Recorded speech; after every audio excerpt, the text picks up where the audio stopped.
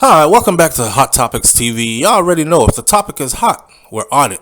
Jerry Harris, the former star of the popular Netflix series called Chair, was sentenced Wednesday to 12 years in prison after pleading guilty to sex crime charges earlier this year. Let me tell you, man. First of all, before I even get into the details of his old story and everything like that, I knew he was going to prison. I thought he was going to get way more time than 12 years. 12 years is a long time, though. And worst, let's not make this about race, but when I saw that it was two little white boys, your black self went and put yourself into this, I said, yep, he's definitely going. He admitted to soliciting lewd images and sex from the boys. He wishes to take responsibility for his actions and publicly convey his remorse for the harm he has caused the victims in this case. He admitted it. So this is not made up. This isn't trying to bring down somebody who was becoming successful and famous. This is something that he got himself into. See, I know some people are going to be saying right now, damn, the black man always letting his dick lead him and get him into trouble. Jerry could have very well turned this into something very successful. His character on Chair was very big. He was outstanding. He was the shining star on the show. Or one of the shining stars on the show. So for him to go from that to 12 years in prison, some people are laughing. Some people are saying, listen, he's going to be happy because, what he's into anyways. But ain't no little boys in prison. There's grown-ass men in there. He's going to be going through it. 12 years. That's a decade and change. Harris is 22 years old, of Naperville, Illinois. He pleaded guilty in February to receiving child pornography and engaging in interstate travel for the purpose of engaging in illicit sexual conduct with a minor that was under the age of 15. Under the age of 15, man.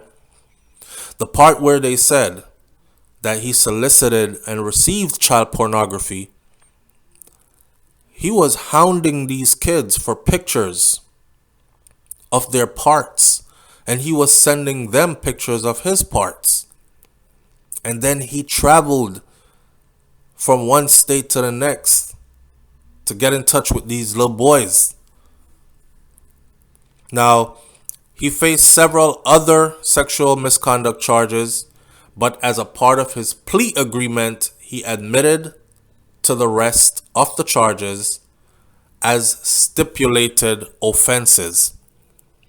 So he was looking at a whole lot of time, way more than 12 years. So he copped the deal. U.S. District Judge Manish Shah also sentenced him to 8 years of supervised release following his time in federal prison. 8 years of supervised release. Of course, again, somebody is going to say, oh, he going to the feds. So I don't know how the time works in the feds. I think it's daytime is one day and nighttime is another day. So 12 years is 6 years, really. Correct me if I'm wrong. I'm not a prisoner. I've never been a prisoner, so I'm not sure. Right? Or is it in the feds you do the whole 12 if you get 12? There is no short time. I'm not sure. Either way, he was sentenced to 12 years. He will have to do 8 years of supervised release. And I'm sure he will be registered for the rest of his life as a sex offender. His attorney had sought a 6-year sentence followed by 8 years of supervised release. That's the deal his attorney was trying to get him. And his attorney was saying in court, documents filed last month, that he is both a victimizer and a victim. He brought out in court that he himself, Jerry, was sexually molested as a minor. The trauma he experienced as a child normalized his skewed, messed up vision of what he understood to be appropriate relationship, is what his attorney said. I'm sorry. That might fly for somebody else, but bruh, you black in America, that ain't flying for you, right? You know how they do. Boy shoots up the place, kills a bunch of people, and the first thing they say is they don't say he's a domestic terrorist. They don't say he is a natural born killer. They go about saying stuff like he had a troubled childhood, he had a speech impediment and people made fun of him his whole childhood. He didn't have much friends and he grew up as a loner, and that his parents were abusive, blah, blah, blah. And they make excuses. As a grown man over the age of legal consent, adult age, you have no business whatsoever having any kind of sexual relations with a minor, let alone a child that was so young, under 15. His lawyer kept trying to tell the jury and the judge that the trauma that he experienced as a child normalized his messed up view of what an appropriate relationship is or should be. Prosecutors, however, were looking for 15 years in prison, followed by 10 years of supervised release. And they were saying that he preyed on the insecurity and the youthfulness of these boys in the cheerleading community to abuse them. You know, they wanted to be associated with stars. They are into cheerleading. And they thought, well, since he's on TV already and he's famous already, he can probably get us there too. And then he started doing stuff. I remember watching one video where one of the boys were given an account, and he said one of their encounters happened at a big meet.